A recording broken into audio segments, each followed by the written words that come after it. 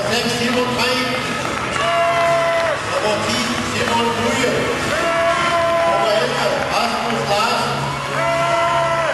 Nummer 12, Svend Heintraub.